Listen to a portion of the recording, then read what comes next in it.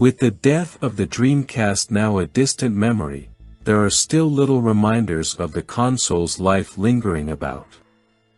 Many consider the announcement of Shenmue 2 for the Xbox the final nail in the Dreamcast's coffin, but most forget Sega's answer to the siphon filters and Metal Gear Solids of the industry, Headhunter. Upholding its tradition of quick and dirty Sega ports, Acclaim has repurposed the Headhunter code from the Dreamcast to the PlayStation 2. And while the game has not been improved at all from a graphical perspective, its gameplay has certainly stood the test of time. Set in the not-too-distant future, Headhunter follows a bounty hunter named Jack Wade as he attempts to remember his past after waking up in a hospital with a wicked case of amnesia and a pink slip from his employer.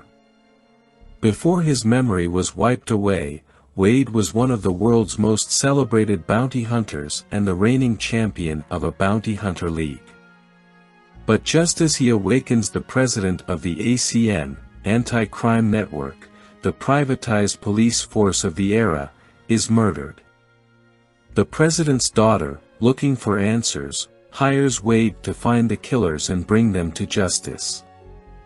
Figuring it's the perfect opportunity to get back into the good graces of his superiors and rediscover his abilities, Jack takes the job. Featuring several plot twists before the final act, the story in Headhunter will keep you on your toes without straying too far outside the bounds of probability.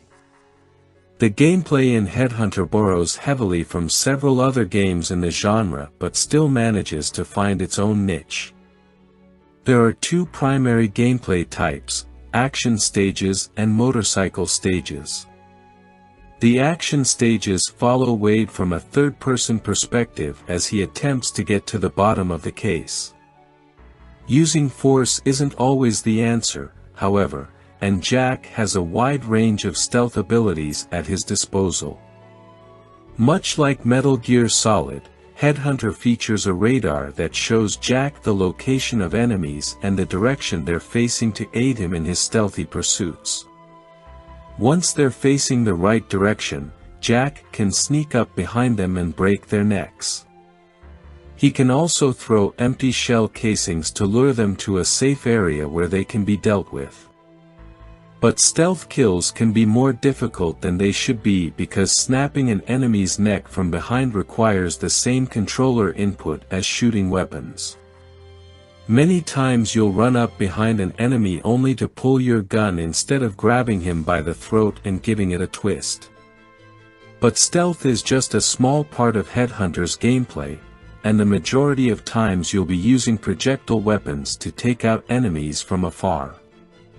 When doing so, Headhunter plays nearly identically to Koei's Winback.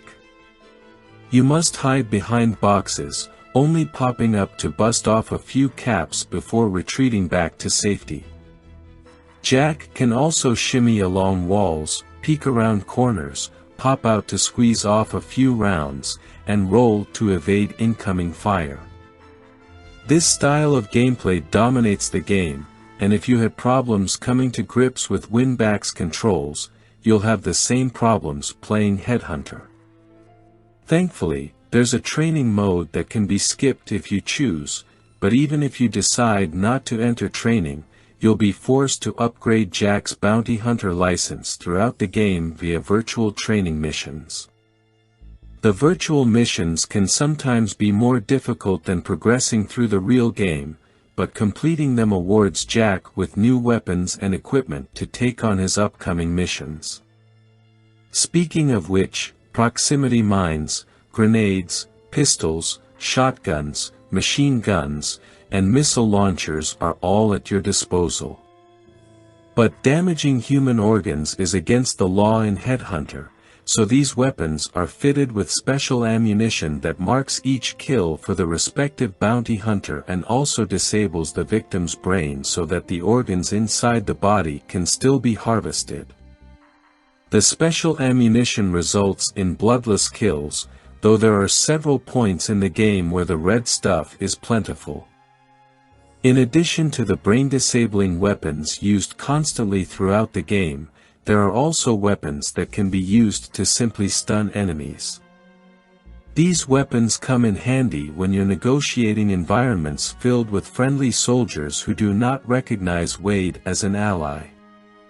The puzzles in Headhunter are oddly reminiscent of those found in Capcom's Resident Evil games. There's a lot of item collecting to be done, and it often involves a great deal of backtracking. You'll often find a new item in one portion of a building and will have to take it to an entirely different location to use it.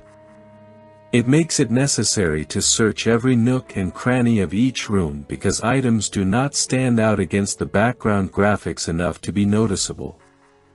While there are nowhere near as many items to collect as in the average survival horror game, there are still times where you'll have a few items and have no idea where to use them. In another nod to the Resident Evil series, there are several instances where you'll have to push boxes around to solve puzzles.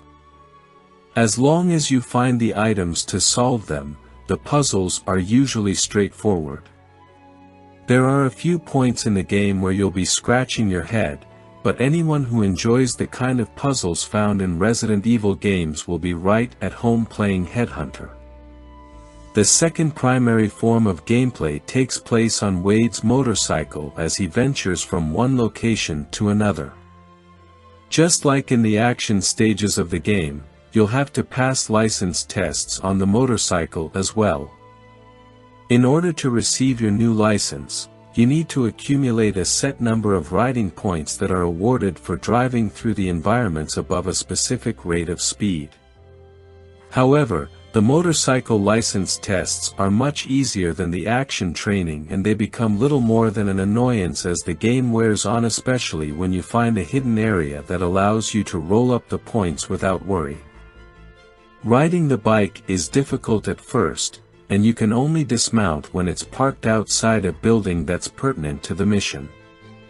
But once the thrill of riding the bike at high speeds has worn off, it simply becomes an annoying formality. In some of the later stages of the game you'll have to race from one location to another while going up against a timer, but objectives such as this are few and far between. The gameplay in Headhunter is a hybrid of that found in Metal Gear Solid, Win Back, Resident Evil, and, to an extent, Grand Theft Auto 3. And somehow, it all manages to come together into one cohesive experience. The motorcycle riding portions of the game are predominantly pointless and the puzzles leave a bit to be desired, but the visceral quality of the gunfights and the contrasting style of the stealth kills helps to even things out a bit.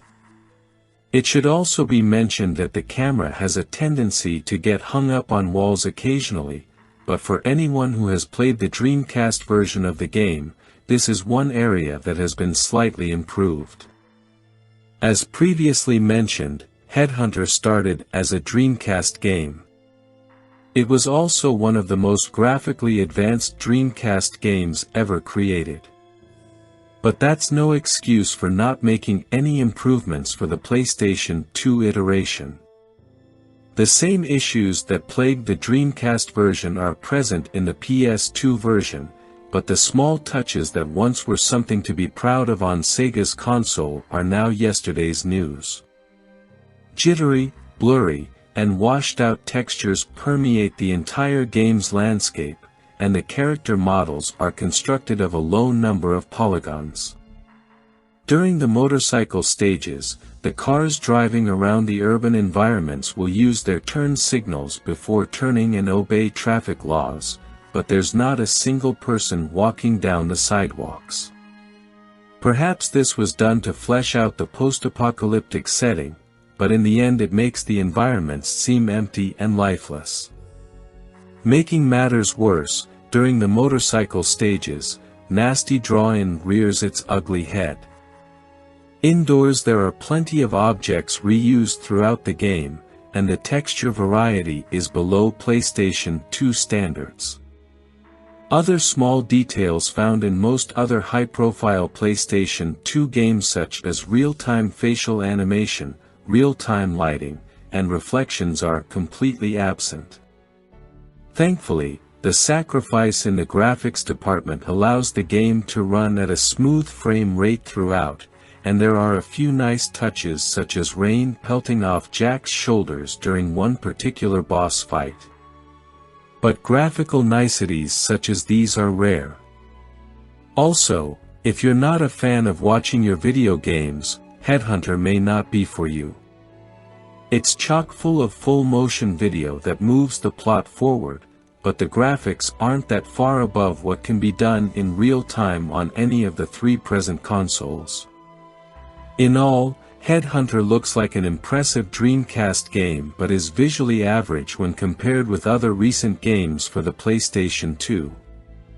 Unlike the graphics, the voice acting in Headhunter is unquestionably strong, and Jack Wade's voice is a dead ringer for the voice of Solid Snake of Metal Gear Solid fame. It's obvious that Sega was going for the same type of hero when it created the character, but you'd think that it could have been a bit more original. The game's soundtrack consists of a variety of military themes, with some rousing orchestral compositions thrown in for good measure. Captions are included for the hearing impaired or for those who would prefer to skip the dialogue, but don't expect Dolby Digital or even Pro Logic 2 sound output. If you're looking for a fun action game for your PlayStation 2 to fill the void between big releases, Headhunter fits the bill nicely. With 2 endings, multiple playable characters, and around 15 hours of gameplay time, Headhunter will be hard to finish during a rental period. Its graphics fall short of the best the console has to offer, but its blend of action, stealth, and driving manages to keep things interesting throughout.